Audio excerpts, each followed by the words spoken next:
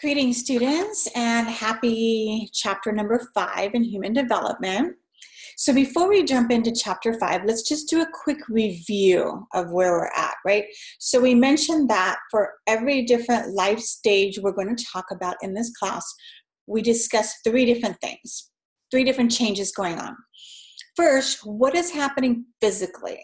How does our body change during the ages of, 0 to 2, which is very different from how children's bodies change from 3 to 5, right? How do we change in our mind, in our thinking, in our intellect, right? So what brain development do we go through during each stage? And the last one that I find the most exciting to talk about is what happens from what we call psychosocial, which really means kind of emotional. Right? What happens psychologically and emotionally to us during those different stages of time? So remember, for each stage, we talk about those 3 things.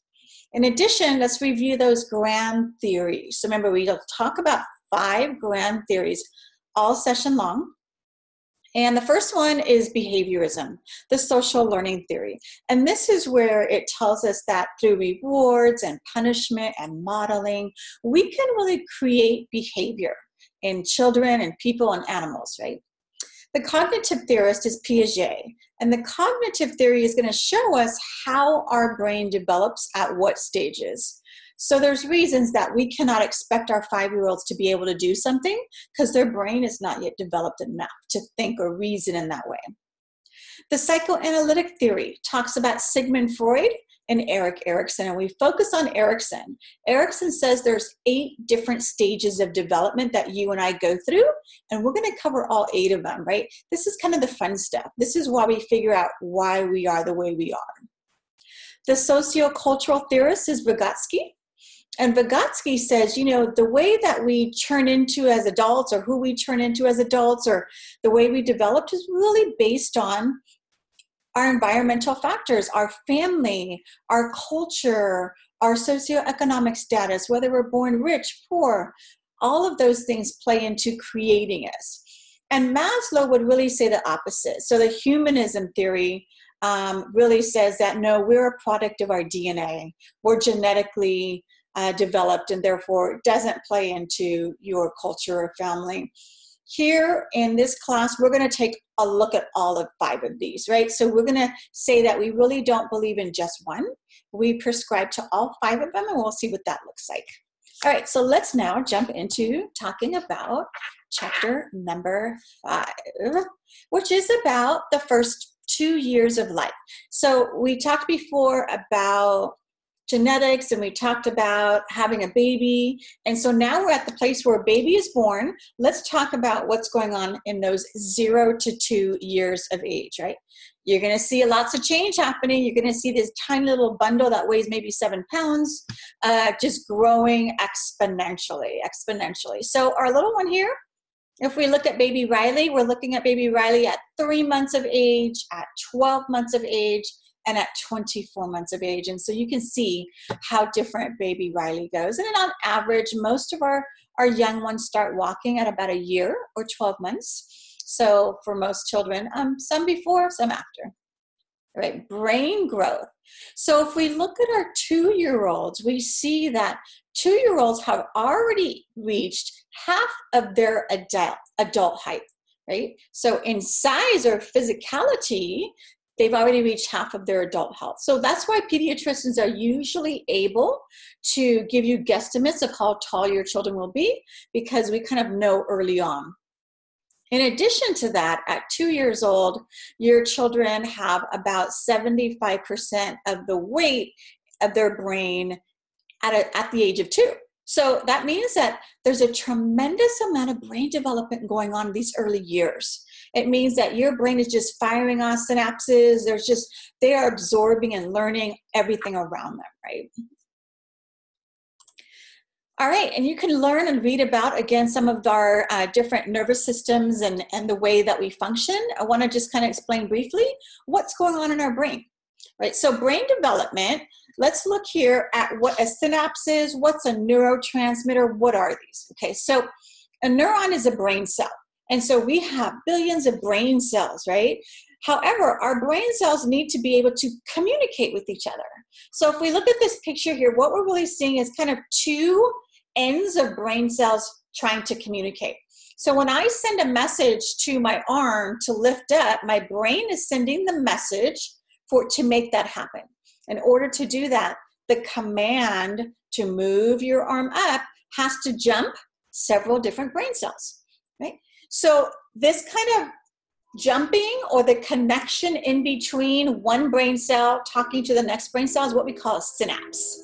So the synapse is when we have this communication information jumping from the end of one, the axon of one, a neuron is a brain cell, to the end of another brain cell called a dendrite. So that synapse is that interaction that's happening, that jumping of information.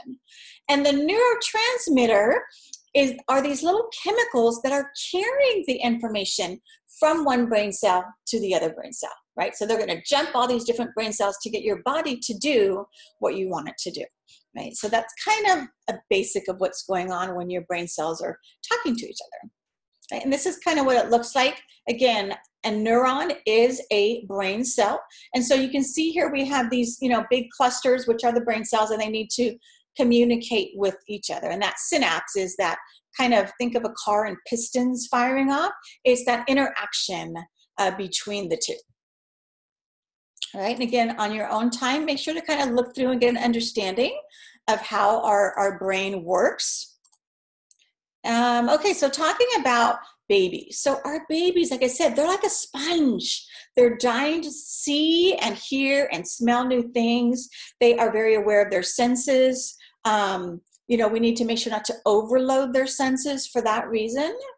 So you might say, how can I overload a baby's senses? Well, one of our concerns is when babies are stressed out. And you might say, well, how can a baby be stressed out? Don't they just eat and sleep? Hopefully, that's all they have to worry about.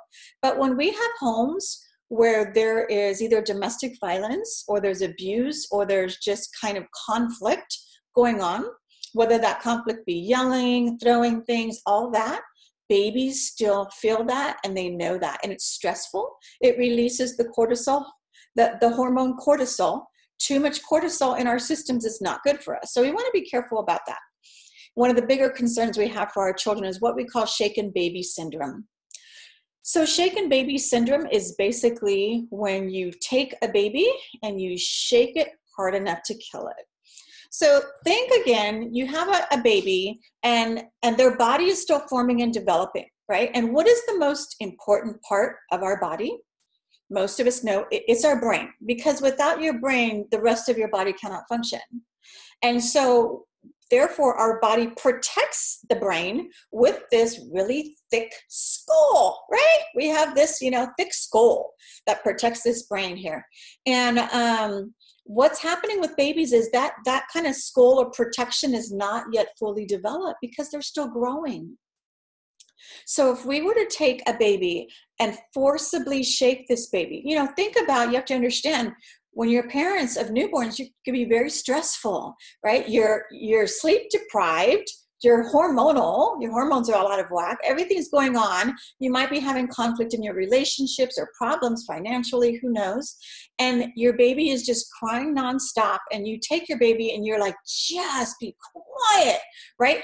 And you shake the baby. However, we don't understand our own strength, particularly men don't understand how strong they can be. And when you shake that baby, because their brain is not fully developed and attached and protected, you can snap that brain stem.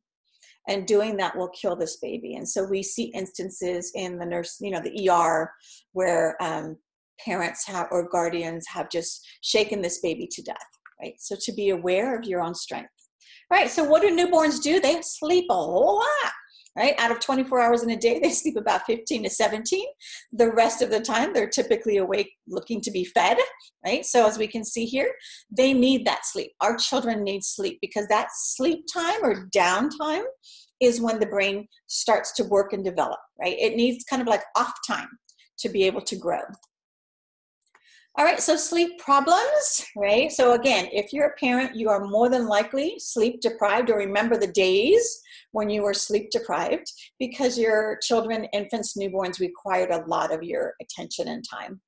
What we know from research is that babies really like lullabies and rhythmic sounds. It does soothe them to sleep. That's why most of the times when parents have their baby in a crib, they have a mobile over the crib. So, you know, that little thing that goes around and it plays music and it has animals or it has something that swing. And the reason we turn that mobile on at night is because, again, babies really respond to that type of sound. So co-sleeping. Co-sleeping is, like it says, it's basically a caregiver or mom or dad or adult sleeping with baby. So sleeping together is what co-sleeping is. And there's some pros and cons to co-sleeping, right? So some of the pros, like why it's good and why parents want to do it, would be that definitely is an easier response time. So for instance, if you're sleeping with your baby, as we see in the picture here, and your baby wakes up, they're right there. You can tend to their needs right next to you. However, if your baby is sleeping in the nursery down the hall and you hear the baby monitor and you hear them crying, you have to get up, get out of bed, go down the hall, go into their room, deal with the baby, all of that. So this is an easier response time. You might be a little less exhausted because you don't have to get up out of the bed, walk down the hall, and go into their room all the time, right? A big reason a lot of parents like to co-sleep is because it's much easier for nursing. So if we're breastfeeding our children, which we'll talk about shortly, is a very positive thing to do. If your baby is right next to you, it's a whole lot easier than if you have to get up, go down the hall, nurse, come back to bed, etc. Right? So these are some of the pros or the good reasons for co-sleeping. Some of the cons or the reasons why we're concerned about it is, if you look at this picture in the slide, can you tell me, looking at the picture, what is something that we might be fearful of or concerned about when we see this picture, right? Most of us think to ourselves, mom is just going to roll right on over on baby and kill baby, right? And that's what we're talking about. So one of the cons to co-sleeping is what we call a higher incidence of SIDS. SIDS stands for Sudden Infant Death Syndrome. And that's what we're concerned about here. Now, understand today, there are lots of different aids or tools or resources, things you can use that will help you not do that. For instance, when I was nursing, I co-slept with my daughter, but I had what they call a co-sleeper. And it's kind of like a little bassinet or a mini crib. And what it does is it lines up right next to your mattress. And so it kind of sticks out the side of your bed. And it lines right up at an even level. And so what you would do is when your child, cries at night or wants to be fed, you would kind of reach over into the bassinet and get your baby a nurse or tend to their needs and then put them back. So my baby wasn't actually in the bed with me, but she was really kind of sleeping with me, right? So there's things we can do to alleviate some of our anxiety about SIDS. So we see a huge disparity. If we look at this slide, it's fascinating, right? We see a lot of different countries and whether or not they co-sleep. So what do they think about co-sleeping? If we look at this slide, we see a lot of Asian countries. We've got, my goodness, 80, 70, 80% of them, those moms or parents or guardians co-sleep with their babies. Look at the US. Here in the United States, we're looking at, maybe 15% or less of our parents that co-sleep with their children, which says that co-sleeping is really a cultural consideration, whether or not you do that. Here in the West, we tend to give our babies items instead of comfort them with us. So that's why we have Babies R Us and Toys R Us and different places that have 1,000 gizmos, your sleepy blanket, your bunny, all these little toys and comfort objects that we give our baby when we put them in their crib and we let them go to sleep with the object, versus other cultures that are much more hands-on and they're much more wanting to feel their child near them and have that co-sleeping. So it's very interesting how co-sleeping is very culturally based. All right, so again, our baby's senses, lots of things going on here. So hearing, actually the babies can hear mom or dad or guardian's voice in the womb while they're still in mom's belly. They're able to actually learn your voices, right? Seeing is the least of the mature senses. So what that means is when babies are born, they typically cannot actually see your features. They will smell you and hear you, but they won't be able to see you till they get a little bit older, right? Touch, again, babies can feel or sense touch right away, and they do that again. They feel pain, which is apparent at birth, right? Remember we said when they inhale and breathe and they get all that air into their lungs after birth, and it kind of hurts because they've been drinking amniotic fluid. It's like, what? It feels a little painful. So they feel that pain at birth, right? And what we see here is, again, taste and smell is, this is how our baby is learning. And this is how they're adapting to what we should and shouldn't eat. That's why we would really recommend that if you come from a family or culture that really embraces certain foods, such as certain spices or ethnic foods that maybe are hot or things like that, the earlier you introduce them to your baby's palate, the more likely your baby will be to receive them. So, once your baby is, 6 months, 9 months, and they start eating the Cheerios and a little more solid type foods, you can start actually trying to incorporate your spices and your different ethnic items that you'd like your baby to eat early on. Because what happens is when parents don't introduce these to their children, by the time your toddler is 3 or 4, all they want is chicken nuggets. Right? Chicken nuggets, and they really are not open to other experiences or other foods. So start early. Right, motor skills. So our baby's going to go through a couple different types of motor skill developments. Gross motor skills have to do with our large body movements. So crawling here, right? Walking, these are gross or large body movement skills. Our fine motor skills would be, again, the small bodied movements. So when babies are trying to do things like grab their toes, it takes dexterity on the part of their fingers to be able to grasp and reach. And these grabbing for things and holding on to them, right, is a fine motor skill. Something we want our babies to learn, both of them, obviously. All right, unfortunately, we still lose a whole lot of babies and toddlers early in life. So at least 9 billion children were born in this 60-year time frame. Of that 9 billion, more than 2 billion of them died before the age of 5. Right? 45% due to hunger or malnutrition, not having adequate foods to sustain them. That's a lot of children.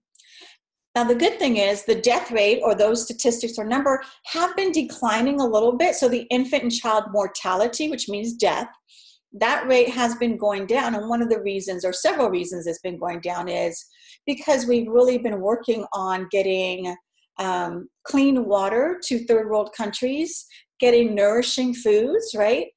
Getting our children immunized against disease and medical treatment. So these are some of the things like the World Health Organization, WHO, is trying to do to promote good health for our little ones, right? All right, and some of the reasons or ways, another thing that we know about how we can protect our children early in life is going to be breastfeeding. So if we look at this picture here, we're seeing a family in Africa, and here we are going to see several things that are protecting this low-income family. Number one is going to be, we see mom nursing. And what we know, we just know that nursing is the healthiest thing for your baby. Breast milk is the best thing for it. It's natural. Your body was made to produce it. And along with producing that breast milk, it provides antibodies. It provides these proteins that fight against disease, right? And that's what we want to do. We want to try to maybe naturally immunize our babies as much as possible. And so nursing is very, very, will show there's great benefits to it. Another thing we see here is the blue net behind the family. And that's because one of the biggest concerns that we have, especially in third world countries, but even sometimes in the US, are disease, which is carried by insects. One of the big ones being mosquitoes. So mosquitoes can carry disease, and then when a mosquito bites you, it then infects you with that disease. And so you see this blue netting, which is what some of the health organizations are using to protect people from the rampant mosquito infestations that they have in some of these countries. Right, immunizations, we know, are super important, right? And our kids are supposed to get immunized to be able to go into school. And we've eradicated, gotten rid of, many diseases here. One of the myths that is still out there is this myth that the MMR vaccine, what does that stand for? MMR stands for measles, mumps, and rubella. So the MMR vaccine, which is required for children at several different ages, to be immunized against those 3 diseases. Now that's awesome, right? Basically it's one shot, and with the one shot you get 3 medicines, or you get 3 immunizations, because do kids like shots, right? That can be a challenge. So anytime we can combine medication or immunizations into one shot, that's a great thing. However, there had been this real big outcry that the MMR vaccine caused children to be autistic.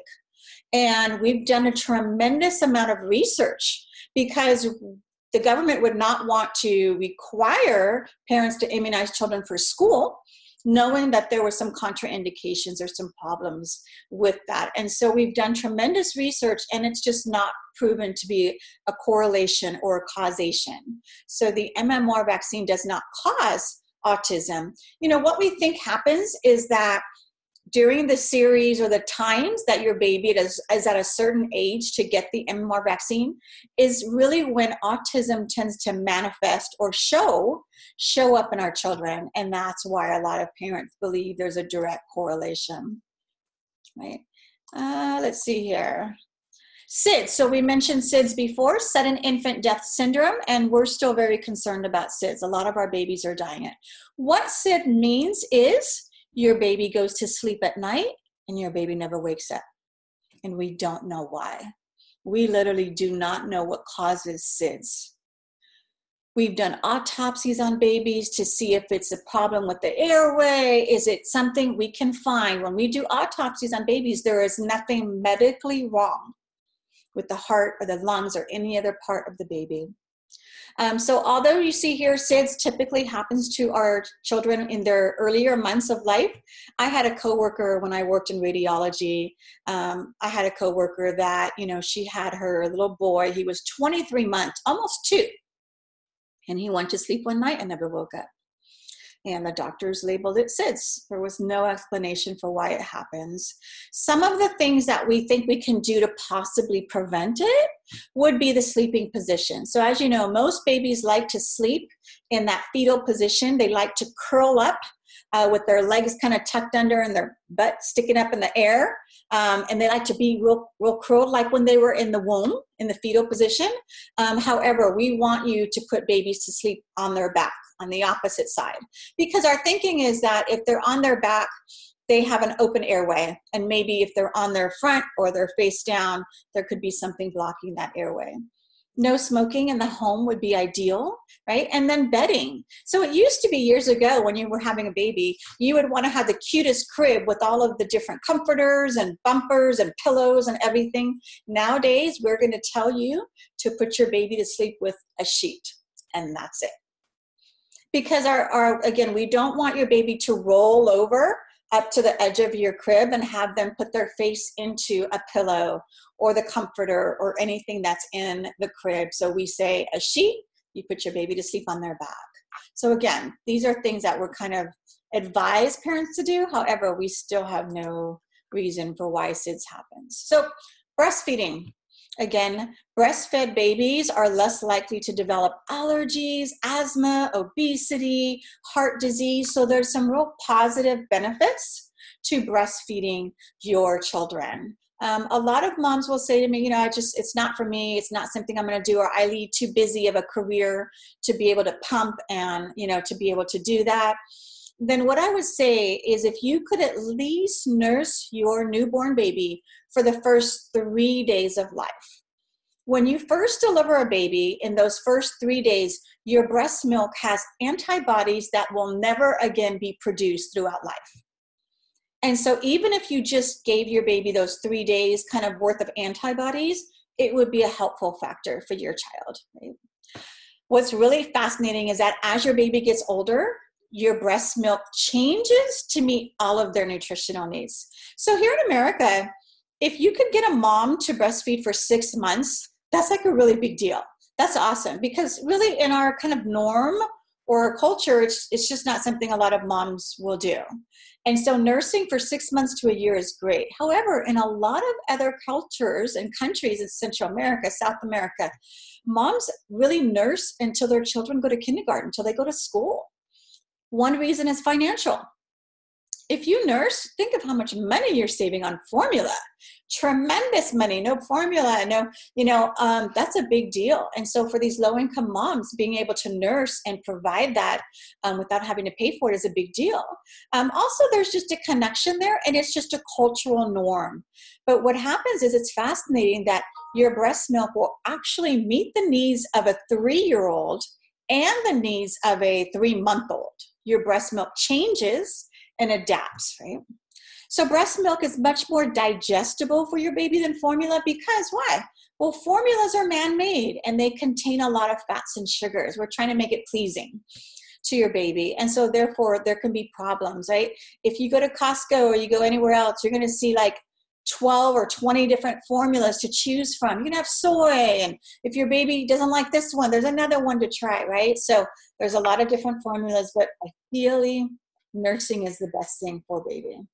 Right? So for baby, again, nursing provides all of those different things that we'd like them to have. Less likely to become obese, hypertensive by age 12. So for mom, again, you might get more sleep from it, because you're not having to do all that formula prep, go into the kitchen and make a bottle, do all of those things. It's a way to bond with your child, definitely. It's said to reduce the risk of breast cancer and osteoporosis, which is also beneficial. And definitely for the family, it's a financial benefit. Right? Malnutrition. So we can see here that when our kids are not getting the nourishment they need, this is what happens. All right, you can go ahead and look through the slides. Make sure you can answer those questions, and I will then see you for chapter number 6.